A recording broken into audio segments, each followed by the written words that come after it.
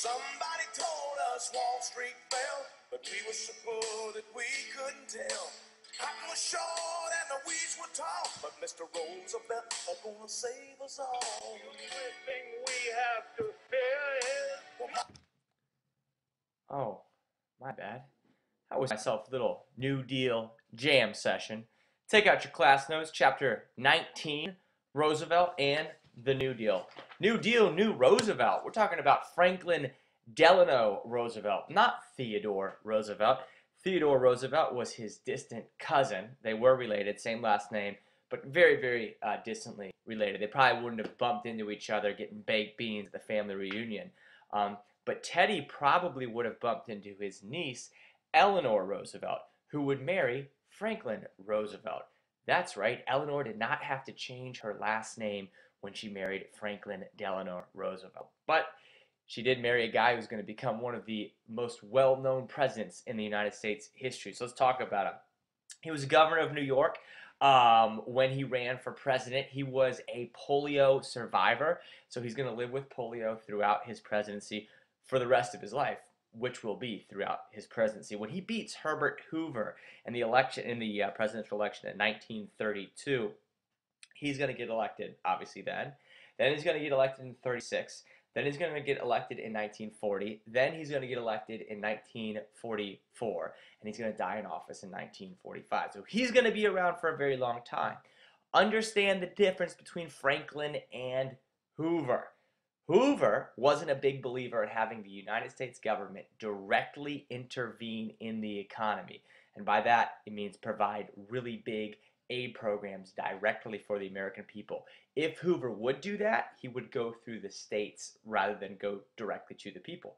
Franklin Roosevelt says, hey, listen, this is a problem that we've never had before in our country. Whatever we have to do, we have got to give the American people a new deal, which is why any of his programs are going to be known as the New Deal. And Roosevelt is going to say, let's try everything and anything possible to get us out of this election. All right, what are you talking about, Spicer? Well, when he gets elected, the first thing that he does is he establishes the 100 days. Now, what that means is really people just looked at his first 100 days of being president and they said, oh my goodness, this guy came out with a ton of legislation. His administration gave bills to Congress and said, hey, pass these bills. And they did in large number. 15 pieces of legislation come out of his first 100 days as president in his attempt to revive the American economy, to fix the Great Depression. Okay? Now, on day one, on his inauguration speech, he says, we have nothing to fear but fear itself. He actually said the only thing we have to fear is fear itself. But if you're a geeky English teacher, just control yourself. Okay, just as long as you get the idea that he's saying anti-fear. Okay, what does he mean by that? Many people had put their money in banks. The banks had gone under. They did not want to put their money in new banks because they think the same thing would happen again. You see, they had fear of doing that. That's a problem because if they don't put their money in, the bank can't loan it out, and new business will not start.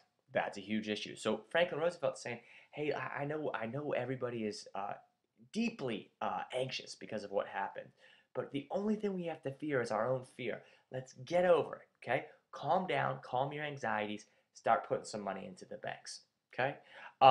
So that's how he starts the 100 days, and what are the 100 days? It's all this legislation. Let's get into the legislation.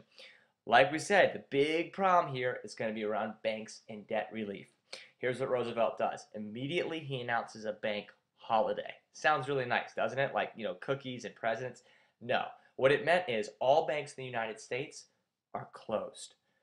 Then, federal examiners went to each bank and found out if they had enough money, enough stability that they could reopen and be successful, and found the ones that didn't have what it would take to be successful. And those banks, gone. Only the good ones came back online when the bank holiday was over. Roosevelt explained this in his fireside chat. His first fireside chat on March 12th, I believe. Don't quote me on that. But the more important number is 60 million people. who listened to Roosevelt get on the radio. Boom, this is radio shaping values and culture here, right? First president to really use the radio. And he explains to the American people, this is why we're having a holiday. The good banks will open up again, and put your money in the banks. Don't put them underneath your bed like people were doing. The very next day, way more people deposited their money than withdrew their money. So the bank program, the holiday, banking holiday, was successful. Worked out well, right? All right, let's go into some programs. First big program is the FDIC, the Federal Deposit Insurance Corporation. What it did is it provides government insurance for money that the American people put into their bank. Up to, at the time, about $2,500. Now it's $250,000. Look for this sticker next time you're at the bank. You'll see it there. Here's what it means. I put $500 into the bank. Bank goes under. The federal government has insurance for that $500 I put in. They will pay me the amount that I put in. What this is going to do is this is going to give people a lot of confidence. Sure, I'll put it in the bank. If they go under, at least I know the money is insured because of the FDIC. This restores the public's confidence in the banking system. The other thing it does is it said, hey, banks, do you remember how you took people's investments and put it into the stock market? Don't do that anymore. Don't do that anymore. New regulations preventing banks from investing people's money in the stock market like they had done before. Bam, there's one. How about the Agricultural Adjustment Act? This is a very, very interesting one, guys. Remember I said farmers were overproducing around the Dust Bowl? The problem with overproducing, among other problems, is you get a high amount of things. Large supply. Large supply, low demand usually means prices are going to be low. So, the way to fix this, the way to get farmers better prices is actually to limit supply. Now that sounds boring, that sounds economics, it sounds mathematics, it sounds just bleh, right? What does it mean? It means lining up 6 million baby pigs, boom, knocking them all out. Lining up millions and millions of female pigs, right, the ones that have babies, slaughtering them. Going and plowing over cotton fields, plowing over corn fields. That sounds nuts. I'm sure it does. But what it did is it lowered the amount of supply, and it did actually raise prices, so it works in that way. But it remains very, very controversial, because remember that picture I showed you, the mom with the 3 kids, right? Who feels that, the amount of unemployment, homelessness, the amount of people starving. This is a country with large amounts of people starving, and what does the AAA do? It's rolling over crops, it's killing pigs that can provide, and it raises prices. Even if it works and it's okay, it raises prices, so when you go to buy food, you're already poor, now the food's more expensive.